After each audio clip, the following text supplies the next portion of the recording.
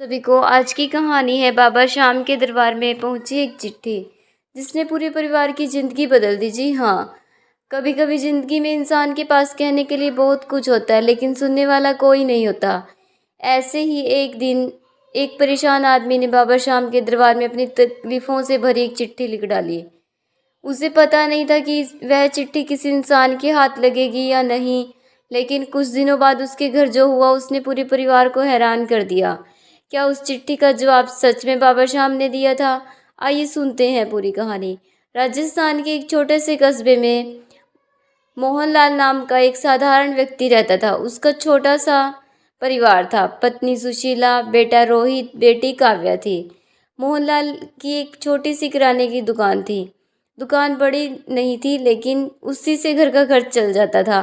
कुछ साल पहले तक तो उसका जीवन ठीक ठाक चल रहा था। सुबह दुकान खोलना, ग्राहकों को सामान देना, शाम को घर लौटना, परिवार के साथ खाना खाना, बस यही उसकी दुनिया थी। लेकिन पिछले कुछ दिनों से परिस्थितियां लगातार बिगड़ती जा रही थी। कुछ भी ठीक नहीं था। बाबा दुकान की बिक्री भी कम हो गई थी। ऊपर से घर में खर्च बढ़ते जा रहे थे। बेटी की पढ़ाई का खर्च, बेटे को नौकरी नहीं मिल रही थी। इसी टेंशन से पूरा परिवार दुखी रहता था। घर का किराया भी बाकी हो गया था। मोहनलाल हर रात हिसाब की कॉपी खोलकर बैठ जाता और जोड़ घटाव करता रहता, लेकिन हर बार हिसाब एक ही जगह आकर रुक जाता। पैसे भी कम थे और ज़रूरतें ज़्यादा थी। एक रात सुशीला ने धीरे से पूछा, क्या हुआ, आज फिर परेशान बैठे हो? मोहन ने कॉपी बंद कर दी और बोला, कुछ नहीं। सुशीला समझ गई कि वह परेशान है। उसने कहा, मुझसे मत छिपाओ, घर की परेशानी मेरी भी है, मुझे नहीं बताओगे तो किसे बताओगे? मोहनलाल कुछ देर तक चुप बैठा रहा, फिर बोला, दुकान का किराया 2 महीने से बाकी है, राशन वाले का भी पैसा देना है, रोहित की नौकरी का कुछ पता नहीं है, ऊपर से काव्या की फीस अगले हफ्ते जमा करवानी है। घर की सब मुसीबतें अब मेरे ऊपर आकर गिर पड़ी है। सुशीला ने गहरी सांस ली। सब ठीक हो जाएगा। मोहनलाल हल्का सा मुस्कुराया। तुम हर बार यही कहती हो, सुशीला ने कहा। क्योंकि मुझे बाबा श्याम पर भरोसा है ना, इसलिए। मोहनलाल कुछ नहीं बोला। वह बाबा श्याम को मानता जरूर था, लेकिन पिछले कुछ समय से उसकी परेशानियों ने उसके अंदर का भरोसा खत्म कर दिया था। अगली सुबह दुकान पर एक पुराना ग्राहक आया। उसने सामान लिया। जाते जाते मोहनलाल से कहा, भाई, इस बार खाटू श्याम जी के दर्शन करके आया हूँ, मन बहुत हल्का हो गया है। मोहनलाल ने पूछा, तुम हर साल जाते हो? ग्राहक बोला, हाँ, बाबा के दरबार में अपनी बात कह देता हूँ, फिर चिंता कम हो जाती है। दोस्तों, अगर आपको ये कहानी अच्छी लग रही हो तो प्लीज़ वीडियो को लाइक करना और चैनल को सब्सक्राइब कर लेना ऐसी ही कहानियाँ सुनने के लिए। यह बात मोहनलाल के मन में बैठ गई। उस रात उसने सुशीला से कहा, चलो खाटू चलते हैं। सुशीला की आंखों में खुशी आ गई। सच? मोहनलाल बोला, हाँ, शायद मुझे भी बाबा के सामने बैठकर अपने मन की बात कहनी चाहिए। कुछ दिनों बाद दोनों खाटू श्याम जी के दर्शन के लिए निकल पड़े। रास्ते भर सुशीला नाम लेती रही। मोहनलाल खिड़की से बाहर देखता रहा। उसने उसके मन में हजारों सवाल थे। क्या मेरी परेशानी कभी ख़त्म होगी? क्या बेटे को नौकरी मिलेगी? क्या दुकान फिर से चल पाएगी? बेटी की पढ़ाई रुक जाएगी या क्या होगा? उसे इन सवालों का जवाब नहीं मिल रहा था। जब वे मंदिर पहुंचे तो वातावरण देखकर मोहनलाल कुछ देर के लिए सब कुछ भूल गया, जैसे मानो दिमाग में कोई टेंशन ही ना हो। बाबा श्याम की जयकारे लगा रहे थे।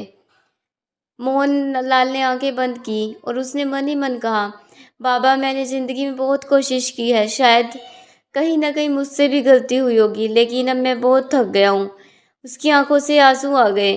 सुशीला ने उसे देखा लेकिन कुछ नहीं कहा। दोनों ने दर्शन किए और मंदिर से बाहर आ गए, लेकिन मोहनलाल के मन में अभी भी कुछ था जो वह बाबा के सामने कह नहीं पाया। रात को होटल के कमरे में वह सो भी नहीं पाया। उसे एक विचार आया। उसने अपने बैग से कागज़ निकाला और लिखना शुरू किया। उसने लिखा, बाबा श्याम, मुझे नहीं पता यह मेरी चिट्ठी आपके पास पहुंचेगी या नहीं, लेकिन आज मैं पहली बार किसी से अपनी परेशानी पूरी तरह कह रहा हूँ। मेरे घर में पैसों की भी कमी है, मेरा बेटा परेशान है, मेरी बेटी की पढ़ाई की चिंता है, मेरी पत्नी मुझे हिम्मत देती है, लेकिन मैं अंदर से टूट चुका हूँ। बाबा, मैं आपसे धन नहीं मांगता, बस इतनी शक्ति देना कि मैं अपनी जिम्मेदारियां ठीक से निभा सकूं। मुझे सही रास्ता दिखाओ बाबा। मोहनलाल ने चिट्ठी को मोड़ा और सुशीला ने पूछा, क्या लिख रहे हो? मोहनलाल ने कहा, बाबा के नाम चिट्ठी। सुशीला मुस्कुराई, फिर इसे अपने पास क्यों रख रहे हो? मोहन बोला, पता नहीं, इसे बाबा के चरणों में पहुंचाने का मन है। अगली सुबह दोनों मंदिर गए। दर्शन के बाद मोहनलाल ने वह चिट्ठी अपने हाथों में ली और उसने कुछ क्षण आंखें बंद की और मन ही मन कहा, बाबा इसे स्वीकार करना। उसने चिट्ठी वहीं श्रद्धा से अर्पित कर दी। घर लौटने के बाद जिंदगी फिर से उसी तरह चलने लगी। दुकान की समस्या वैसी ही थी। रोहित नौकरी की तलाश में इधर उधर जा रहा था। काव्य की फीस की तारीख नज़दीक आ रही थी। एक दिन रोहित घर आया तो उसके हाथ में एक लिफाफा था। मोहनलाल ने पूछा, क्या हुआ? रोहित बोला, पापा एक कंपनी में इंटरव्यू था। उन्होंने कहा अगले हफ्ते जवाब देंगे। मोहनलाल ने सिर हिलाया। अच्छी बात है, कोशिश करते रहो। रोहित चला गया, लेकिन मोहनलाल के मन में फिर से वही चिंता थी। अगले दिन दुकान पर बिक्री बहुत कम हुई। शाम को दुकान बंद करते समय एक आदमी आया। उसने काफ़ी सामान खरीदा। फिर उसने कहा, भाई साहब दुकान साफ़ सुथरी है, मैं पास में एक छोटा गोदाम शुरू कर रहा हूँ, आगे से महीने का सामान आपसे ही लूँगा। मोहनलाल को उम्मीद की एक छोटी सी किरण दिखाई दी। उसने सोचा शायद बाबा रास्ता बना रहे हैं, लेकिन असली बदलाव अभी बाकी था। पूरी कहानी सुनने के लिए प्लीज़ अंत तक बने रहना, वरना आपको कहानी कुछ भी समझ नहीं आएगी। मोहनलाल के साथ क्या हुआ क्या नहीं। कुछ दिन बाद रोहित को कंपनी से फ़ोन आया और उसे नौकरी मिल गई। रोहित खुशी से घर आया। पापा मेरी नौकरी लग गई है। मोहनलाल कुछ पल तक उसे देखता रहा, फिर उसकी आंखों से आंसू निकल आए। सुशीला ने हाथ जोड़कर कहा, जय श्याम बाबा। घर में पहली बार कई महीनों बाद खुशी का माहौल था, लेकिन मोहनलाल ने रोहित से कहा, बेटा नौकरी मिलना खुशी की बात है, लेकिन इसे सिर्फ अपनी किस्मत मत समझना, मेहनत करना, अपने परिवार को कभी मत भूलना। रोहित ने पिता के पैर छुए। पापा मैं आपकी मेहनत बेकार नहीं जाने दूंगा। इसी बीच दुकान पर भी धीरे धीरे ग्राहक बढ़ने लगे। जिस व्यक्ति ने गोदाम शुरू किया था उसने सच में मोहनलाल से नियमित सामान लेना शुरू कर दिया। दुकान की बिक्री पहले से बेहतर होने लगी। काव्य की फीस भी समय पर जमा हो गई, लेकिन मोहनलाल के मन में एक सवाल था, क्या यह सब केवल संयोग था? एक शाम वह दुकान पर बैठा था, तभी एक बुजुर्ग व्यक्ति दुकान पर आए। उन्होंने सामान लिया और जाते जाते मोहनलाल से कहा, बेटा चिंता कम किया करो। मोहनलाल चौंका। आपको कैसे पता कि मैं परेशान हूँ और मैं चिंता करता हूँ? बुजुर्ग मुस्कुराए। जिसके चेहरे पर चिंता होती है उसकी आंखें बता ही देती हैं। मोहनलाल चुप रहा। बुजुर्ग ने कहा, मैं भी कभी बहुत परेशान था, तब मैंने सीखा कि बाबा के सामने सिर्फ अपनी इच्छा मत रखो, अपने अंदर हिम्मत भी मांगो। मोहनलाल ने पूछा, आपका मतलब? बुजुर्ग बोले, कई बार जवाब चमत्कार के रूप में नहीं आता, कभी कभी सही इंसान के रूप में आता है, कभी सही अवसर के रूप में, और कभी हमारे अंदर से ही फैसला लेने की ताकत बनकर आता है। यह बात मोहनलाल के दिल में उतर गई। दोस्तों, आपके साथ भी कभी कभी ऐसे होता होगा, जब आप बहुत परेशान होते हैं तो आपको अंदर से हिम्मत मिलती होगी कि हाँ मैं ये कर सकता हूँ। ये सब बाबा श्याम के ही चमत्कार होते हैं। कुछ महीने बीत गए। रोहित अपनी नौकरी में मेहनत करने लगा। दुकान भी ठीक से चलने लगी। घर की आर्थिक परेशानी पहले जैसी नहीं रही। एक दिन मोहनलाल ने सुशीला से कहा, मुझे बाबा के दर्शन करने जाना है। सुशीला ने मुस्कुराकर कहा, इस बार क्या मांगोगे? मोहनलाल बोला, कुछ नहीं। सुशीला ने पूछा, कुछ नहीं? फिर मुस्कुराया, इस बार धन्यवाद कहूँगा। दोनों फिर खाटू पहुँचे। मंदिर के सामने खड़े होकर मोहनलाल की आंखें भर आई। उसने कहा, बाबा मैंने उस दिन आपको चिट्ठी लिखी थी ना, मुझे लगा था कि शायद मेरी ज़िंदगी में कोई चमत्कार होगा, लेकिन अब समझ आया कि आपने मेरी हर परेशानी एक साथ ख़त्म नहीं की, आपने मुझे धीरे धीरे रास्ते दिखाए। उसने हाथ जोड़कर कहा, जहाँ बेटा परेशान था वहाँ उसे अवसर मिल गया, और जहाँ दुकान कमज़ोर थी वहाँ नया ग्राहक मिला। जहाँ मैं डर गया वहाँ मेरे अंदर फिर से हिम्मत आई। सुशीला ने कहा, यही तो बाबा की कृपा है। मोहनलाल ने सिर झुका दिया। लेकिन कहानी का सबसे बड़ा मोड़ अभी बाकी था। मंदिर से लौटने से पहले मोहनलाल ने दुकान से एक प्रसाद लिया। वह प्रसाद लेकर बाहर आया तो सामने एक युवक बैठा दिखाई दिया। वह भी बहुत परेशान था। मोहनलाल उसके पास गया और पूछा, भाई क्या हुआ? युवक ने कहा, घर की हालत बहुत ख़राब है, नौकरी नहीं है, समझ में नहीं आ रहा क्या करूं। मोहनलाल कुछ देर तक उसे देखता रहा कि कुछ समय पहले मेरा भी हाल ऐसा ही था।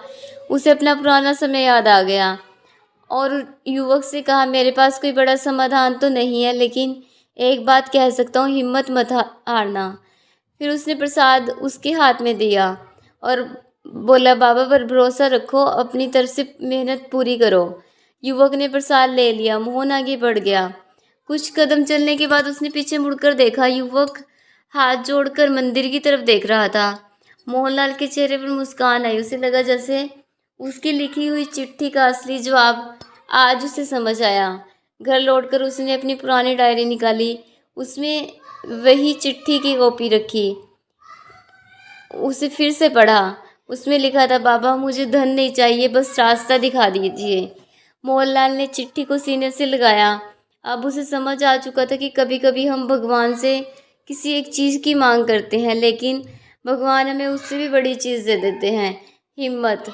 कभी रास्ता तुरंत नहीं खुलता, कभी दरवाज़ा धीरे धीरे खुलता है, कभी मदद इंसान के रूप में आती है और कभी परिस्थितियाँ हमें इतनी मजबूत बना देती हैं कि हम खुद अपनी ज़िंदगी बदलने लगते हैं। मोहनलाल की ज़िंदगी भी इसी तरह बदली थी। दोस्तों, अगर आज आपकी ज़िंदगी में भी कोई परेशानी चल रही हो तो घबराइए मत। बाबा श्याम पर श्रद्धा रखिए, लेकिन साथ साथ अपनी तरफ से मेहनत और सही प्रयास भी करते रहिए, क्योंकि भक्ति का अर्थ यह नहीं कि हम मेहनत करना छोड़ दें। भक्ति का अर्थ मुश्किल समय में भी उम्मीद बनाए रखना। अगर आपकी कोई मनोकामना है तो बाबा श्याम से सच्चे मन से कहिए, लेकिन साथ में यह भी कहिए, बाबा अगर मेरी इच्छा मेरे लिए सही है तो उसे पूरा करना। अगर रास्ता अलग है तो मुझे सही रास्ता पहचानने की बुद्धि देना, क्योंकि कई बार हमारी मांगी हुई चीज़ से ज़्यादा ज़रूरी वह रास्ता होता है जो हमें सही मंजिल तक पहुंचाता है। और शायद यही मोहनलाल की उस चिट्ठी का सबसे बड़ा जवाब था। हारे हुए मन से बाबा श्याम के दरबार में गया एक इंसान वापस उम्मीद लौट कर आई। जय श्री श्याम।